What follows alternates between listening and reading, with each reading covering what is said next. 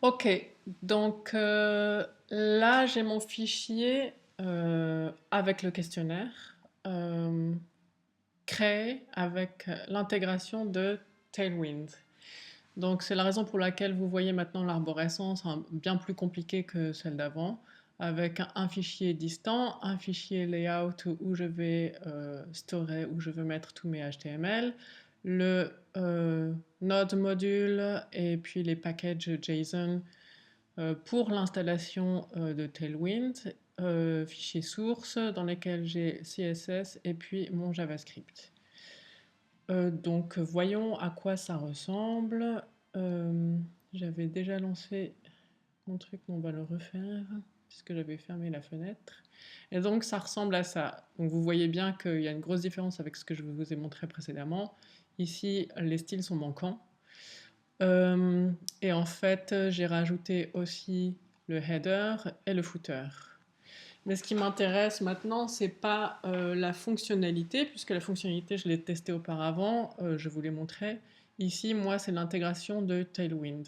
C'est quelque chose, un outil avec lequel je n'avais jamais travaillé avant, mais je sais qu'il est beaucoup demandé dans l'industrie. Et donc, je me suis lancée dans l'aventure. Jusqu'ici, moi, j'utilisais Bootstrap. Et donc pour l'installation de Tailwind, en fait, eh bien, j'ai bien sûr installé la dernière version, puis surtout j'ai installé Tailwind en CLI. J'ai suivi les instructions et maintenant j'ai mis les fichiers CSS dans fichier source. J'ai bien distingué le CSS du JavaScript et puis il y a les fichiers output CSS qui est inclus dans le dossier distant. Dans le dossier layout, je garde tous mes HTML. J'ai commencé à customiser mes styles, donc pour qu'ils soient en accord avec ce que j'ai défini dans les designs, donc dans Figma. Donc ça, c'est le résultat final que je veux avoir. Et les styles sont définis dans cette librairie. Et donc comme là, je commence par tester Tailwind et sa customisation avec les couleurs, eh bien, je fais référence la documentation que j'ai créée. Donc en fait, tout ce design system, je l'ai créé depuis zéro par moi-même, ce qui m'a permis de bien updater mes connaissances sur les dernières fonctionnalités de Figma qui lancent beaucoup de nouvelles fonctionnalités là, depuis qu'ils ont été rachetés. Et donc en fait, pour aller rapidement, j'ai bien sûr défini toutes les primitives, donc en les divisant par couleur de la marque, couleur neutre, donc les gris, ce qui est utilisé surtout sur les surfaces, les couleurs système, ce qu'on appelle aussi parfois couleurs functional, donc success, hero, warning, info, donc les couleurs qui sont utilisées surtout pour les validations. Et puis ces couleurs, je les ai bien sûr utilisées dans la sémantique, donc pour les backgrounds, pour les textes, pour les contours, les divisions, les icônes et puis l'état focus. Et à chaque fois, bien sûr, vous voyez qu'il y a beaucoup de styles. Par exemple, pour les backgrounds, on a les couleurs surface neutres en général. Il y a aussi les couleurs surface pour les couleurs fonctionnelles, donc erreur, success, warning, info. Et puis on a globalement, je vous fais une présentation assez rapide, les couleurs qui sont utilisées sur les éléments interactifs. Et donc ces couleurs-là, bien sûr, je les ai associées grâce à l'outil Local Variables. Donc vous voyez que toutes les primitives ont été définies ici, en respectant bien, bien la nomenclature que j'ai définie dans le document.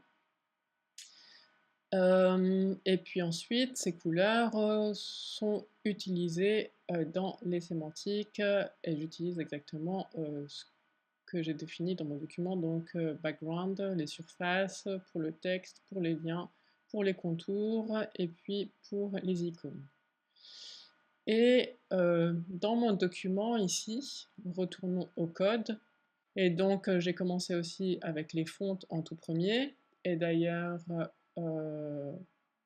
ça m'a pris un tout petit peu de temps pour comprendre s'il fallait que j'utilise display ou pas, mais bon, finalement ça fonctionnait.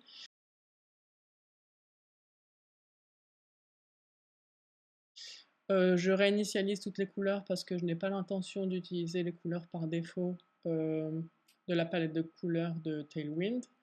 Et je définis mes couleurs spécifiques à mon projet. Et donc j'ai commencé par info succès. Ah, ici, success. Ok. Warning and error. En fait, quelque chose d'intéressant s'est passé, c'est que je me suis rendu compte qu'il y avait une différence entre les couleurs que j'avais définies et puis, donc allons ici, puisque je parle des couleurs fonctionnelles, donc success, R1, etc. Donc j'avais remarqué que les couleurs que moi j'avais définies en amont, avant de travailler avec Tailwind, n'étaient pas très flexibles pour être utilisées sur Tailwind. Donc pour harmoniser les couleurs et améliorer mes couleurs, ma palette de couleurs avec ce que Tailwind, ce dont Tailwind a besoin, j'ai utilisé cet outil.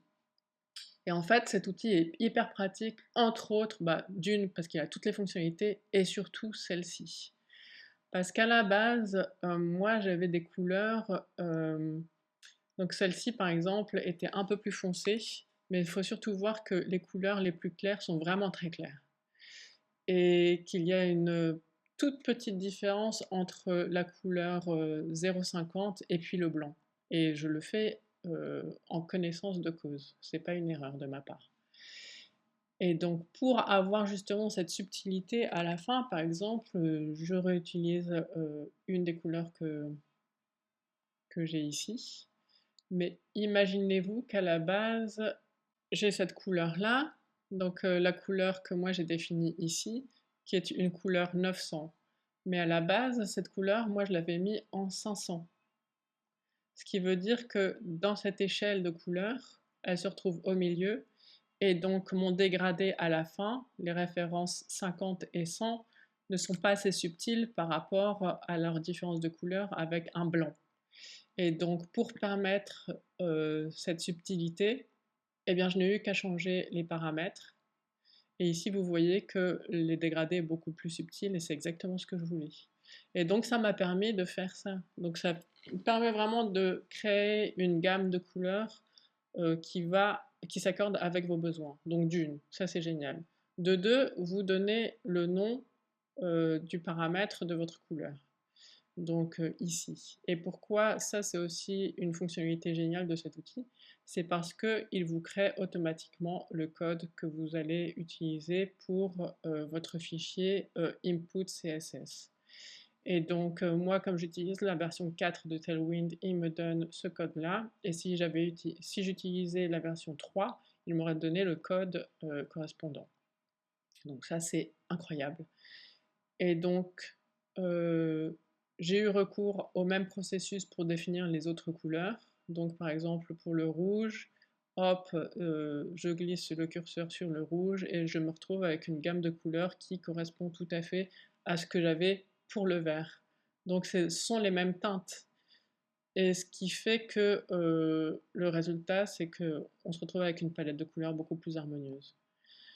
Donc surtout quand vous êtes designer, n'hésitez pas à demander aux programmeurs quels outils ils utilisent, surtout au front-end bien sûr, pour que vous puissiez faciliter le travail de tous et que votre projet soit vraiment solide, quoi.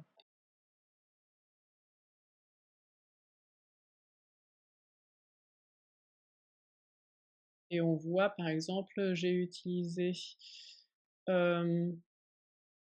les styles que j'ai créés, donc par exemple text warning 100, on voit ici que la couleur a été appliquée, donc ça fonctionne. Mettons que je voudrais changer à info. Info, et puis je vais utiliser la couleur la plus sombre, 800. Donc on voit déjà que l'outil communique bien au niveau de Visual Code, non? Parce que les références se mettent automatiquement. Et puis ensuite, ça se reflète au niveau de l'UI. Donc tout fonctionne. Ensuite, par rapport à la customisation des styles, eh bien vous voyez que ce style de police correspond à celui-ci, des M100, qui est mon style par défaut. Donc je l'ai mis dans la classe Font Display, qui est la fonte, qui est le style par défaut de Tailwind, et j'ai donné le nom de ma police par défaut. Et ensuite, j'ai rajouté une police que j'utilise dans la page article, que je créerai plus tard, mais je voulais voir si ça fonctionnait correctement.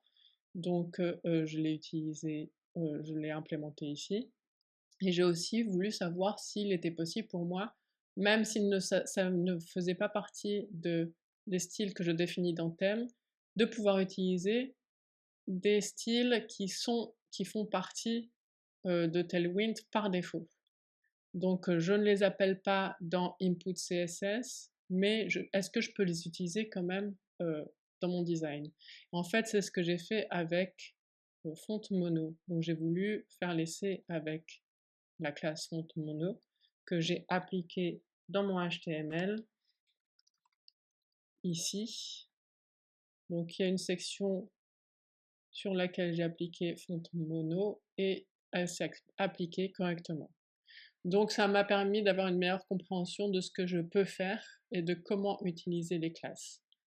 Non seulement celles que je customise, celles que je crée, mais aussi les classes par défaut de Tailwind. Donc maintenant j'ai compris comment ça fonctionnait. Tout est mis en place, ça roule. Et donc là j'ai la structure pour pouvoir continuer à avancer et arriver à ce résultat final.